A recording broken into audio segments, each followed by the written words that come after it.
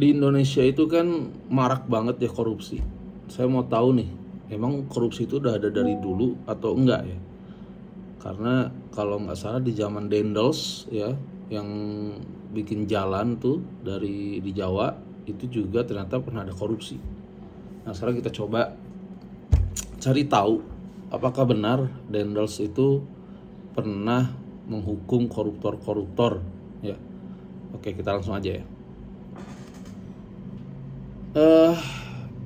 Kalau pemberantasan korupsi zaman penjajahan, khususnya di zaman Dendels, itu ada nggak? Tentu, mari kita bahas lebih dalam tentang upaya pemberantasan korupsi di zaman penjajahan Belanda, khususnya pada masa pemerintahan Herman Willem Daendels. Daendels dan perang melawan korupsi. Herman Willem Daendels, seorang gubernur jenderal Hindia Belanda yang bertugas antara tahun 1808 sampai tahun 1811, dikenal sebagai sosok yang tegas dan berorientasi pada hasil. Salah satu fokus utama pemerintahannya adalah memberantas korupsi yang merajalela di kalangan Jadi bagus pejabat ya kolonial. Dendels tuh ya. Latar belakang, Oke. warisan VOC. Sebelum masa Daendels, Verenigde Oostindische Compagnie, VOC atau perusahaan Hindia Belanda telah meninggalkan warisan buruk berupa praktik korupsi yang sistematis. Kondisi keuangan Belanda. Belanda yang sedang menghadapi perang melawan Inggris membutuhkan pemasukan yang besar dari jajahannya. Daendels ditugaskan untuk meningkatkan pendapatan kolonial. Upaya pemberantasan korupsi, hukuman berat. Daendels tidak segan-segan menjatuhkan hukuman berat, bahkan hukuman mati, kepada para koruptor. Tujuannya adalah memberikan efek jerah. Sentralisasi kekuasaan. Daendels menetralisir kekuasaan para bupati dan pejabat daerah untuk mengurangi peluang terjadinya penyelewengan. Pengawasan ketat. Ia memperketat pengawasan terhadap keuangan dan aktivitas para pejabat. Reformasi birokrasi. Daendels melakukan reformasi besar-besaran terhadap birokrasi kolonial untuk meningkatkan efisiensi dan transparansi. Tantangan dan hasil. Perlawanan. Upaya Daendels mendapat perlawanan dari berbagai pihak, terutama dari para pejabat yang merasa kepentingannya terancam. Sama Hasil aja kayak campuran. sekarang ya. Meskipun berhasil menekan korupsi dalam skala besar, upaya Daendels tidak sepenuhnya berhasil memberantas masalah ini secara tuntas. Korupsi tetap menjadi masalah yang kompleks dan sulit diatasi. Mengapa upaya Daendels penting? Inisiatif pertama, upaya Daendels merupakan salah satu inisiatif pertama dalam sejarah kolonial untuk memberantas korupsi secara sistematis. Pelajaran berharga, kisah Daendels memberikan pelajaran berharga tentang pentingnya kepemimpinan yang kuat dan tegas dalam memerangi korupsi. Warisan yang kontroversial, figur Daendels menjadi sosok yang kontroversial. Di satu sisi, ia dianggap sebagai reformator yang berani, namun di sisi lain, kebijakan-kebijakannya juga menimbulkan penderitaan bagi rakyat. Kesimpulan, pemberantasan korupsi di zaman Daendels merupakan upaya yang patut diapresiasi. Meskipun tidak sempurna, tindakan tegasnya memberikan dampak yang signifikan dalam jangka pendek. Namun, masalah korupsi tetap menjadi tantangan besar yang hingga kini belum sepenuhnya teratasi. Oke, jadi benar ya, di zaman Dendels juga ada korupsi dan mirip-mirip dengan zaman sekarang ya, di Indonesia khususnya. Jadi emang udah ngakar banget. Nah, yang pertanyaan berikutnya nih, kira-kira yang korupsi itu siapa ya di zaman Dendels? Oke, kita coba ya. Di zaman Dendels tuh yang korupsi itu pejabat apa ya? Bupati kah, gubernur, atau staf-stafnya?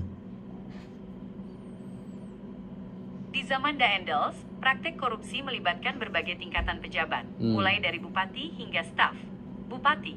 Banyak bupati yang menyalahgunakan wewenang mereka untuk memperkaya diri. Misalnya, mereka seringkali tidak menyalurkan upah yang seharusnya diterima oleh pekerja proyek pembangunan jalan raya yang digagas Daendels. Dipotong Staf. sama aja. Pegawai atau staf di bawah bupati juga terlibat dalam praktek korupsi. Mereka seringkali melakukan pungutan liar atau memalsukan laporan keuangan. Gubernur. Meskipun Daendels sendiri berupaya keras memberantas korupsi, namun tidak menutup kemungkinan adanya oknum gubernur atau pejabat tinggi lainnya yang terlibat dalam praktek korupsi. Meskipun dalam skala yang lebih kecil dibandingkan dengan pejabat tingkat bawah. Mengapa korupsi begitu merajalela pada masa itu? Gaji rendah. Pejabat pada masa itu umumnya memiliki gaji yang sangat rendah, sehingga mereka terdorong untuk mencari sumber pendapatan tambahan melalui cara-cara yang tidak sah. Pengawasan lemah. Sistem pengawasan yang lemah membuat para pejabat leluasa melakukan tindakan korupsi. Sistem pemerintahan yang korup. Sistem pemerintahan kolonial yang korup juga turut mendorong terjadinya praktek korupsi. Penting untuk diingat, Meskipun Daendels berhasil menekan praktek korupsi dalam skala besar, namun masalah ini tidak sepenuhnya teratasi. Korupsi tetap menjadi masalah yang kompleks dan sulit diberantas. Oke, berarti yang korupsi di zaman Daendels itu bupati dan staf-stafnya, nah, orang-orang kita juga, so. Iya, berarti tapi memang kalau zaman dulu tuh karena penghasilannya pejabat-pejabat itu rendah ya. Kalau sekarang kan udah tinggi-tinggi, tapi masih korupsi. Itu pertanyaannya. Jadi kemaruk kali ya. Oke, kita coba ya tanyain kalau di zaman Daendels apakah sudah berhasil belum ngentasin si korupsi tadi ya. Di zaman Daendels itu korupsi udah berhasil belum? Tentu, mari kita bahas lebih. Bentar. Jadi gimana korupsi di zaman Daendels itu berhasil diatasi atau enggak? Upaya pemberantasan korupsi di zaman Daendels suatu tinjauan. Pertanyaan mengenai keberhasilan Daendels dalam memberantas korupsi adalah pertanyaan yang menarik dan kompleks. Meskipun Daendels dikenal sebagai sosok yang tegas dan menerapkan hukuman berat terhadap koruptor, namun masalah korupsi tidak sepenuhnya teratasi pada masa pemerintahannya. Mengapa demikian? Skala korupsi di zaman kolonial sudah menjadi sistem yang tertanam dalam birokrasi. Membasmi akar masalahnya dalam waktu singkat sangatlah sulit. Tekanan politik. Daendels berada di bawah tekanan politik yang cukup besar dari pemerintah Belanda. Ia harus menyeimbangkan antara keinginan untuk memberantas korupsi dengan tuntutan untuk meningkatkan pendapatan kolonial. Keterbatasan sumber daya. Meskipun memiliki otoritas yang kuat, Daendels tetap menghadapi keterbatasan sumber daya manusia dan teknologi untuk mengawasi seluruh aktivitas pemerintahan. Apa saja yang dilakukan Daendels? Hukuman berat. Daendels tidak segan-segan menjatuhkan hukuman mati kepada para koruptor.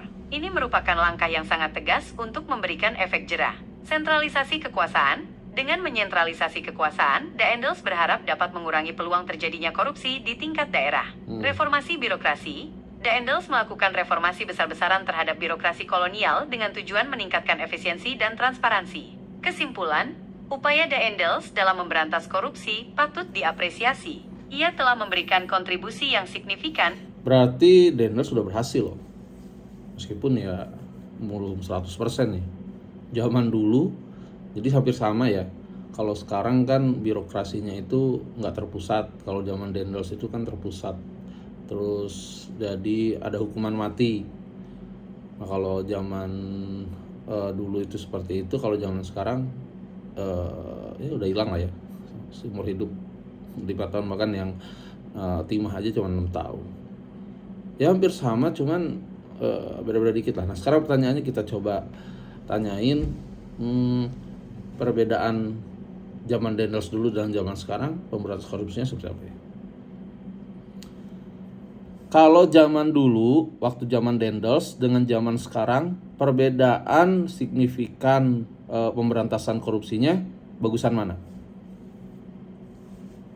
Tentu, mari kita bandingkan upaya pemberantasan korupsi di zaman Daendels dengan zaman sekarang. Ada beberapa perbedaan signifikan yang dapat kita lihat. 1.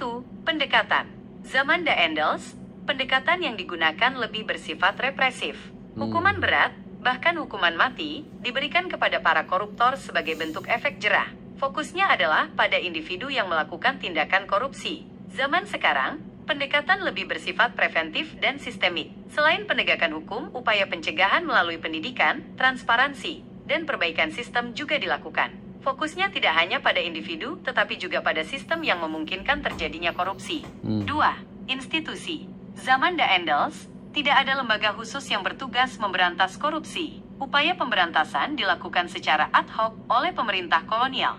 Zaman sekarang, ada lembaga khusus seperti Komisi Pemberantasan Korupsi, KPK, yang memiliki kewenangan penuh dalam memberantas korupsi. Selain itu, terdapat berbagai lembaga pengawas lainnya yang berperan penting dalam mencegah terjadinya korupsi. 3. Teknologi.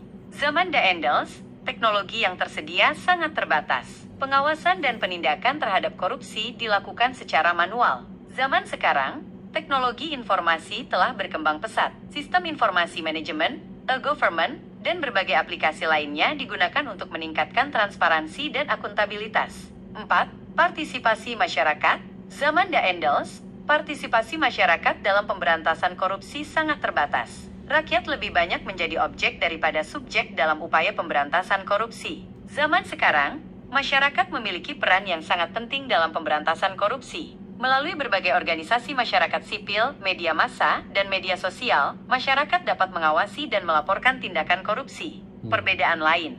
Skala korupsi di zaman Daendels lebih bersifat individual dan terkait dengan jabatan tertentu. Saat ini, korupsi melibatkan jaringan yang lebih luas dan melibatkan jumlah uang yang sangat besar. Penyebab korupsi di zaman Daendels dan zaman sekarang berbeda. Jika di zaman Daendels, gaji yang rendah dan sistem pengawasan yang lemah menjadi faktor utama, maka di zaman sekarang, faktor-faktor seperti kesenjangan sosial, lemahnya penegakan hukum, dan budaya korupsi menjadi penyebab utama. Kesimpulan, meskipun upaya pemberantasan korupsi di zaman Daendels dan zaman sekarang memiliki tujuan yang sama, yaitu memberantas praktik korupsi, namun pendekatan, institusi, teknologi, dan partisipasi masyarakat yang terlibat sangat berbeda. Nah, jadi gitu ya. Jadi emang perbedaannya di sisi teknologi dan lain sebagainya. Dan kalau misalkan Daendels itu dia individu, kalau misalkan di zaman sekarang sih udah korporasi-korporasi yang sifatnya lebih majemuk ya. Jadi gitu aja konten hari ini. Korupsi di zaman Daendels, perbedaannya seperti apa dulu dan sekarang. Jadi jelas ya, kalau dulu itu lebih individu yang ngelakuin korupsi dan pemberantasannya juga cenderung lebih satu persatu ya dicek-ceknya. Kalau sekarang tuh lebih masif, lebih banyak, lebih terorganisir, dan teknologinya semakin bagus juga untuk mencegah kejadian itu, dan pendidikan juga lebih bagus. Cuman ya itu sifat dasar manusia. Jadi mudah-mudahan sih Indonesia terhindar dari korupsi besar-besaran, meskipun pasti masih ada lah. Oke. Terima kasih sudah mendengarkan.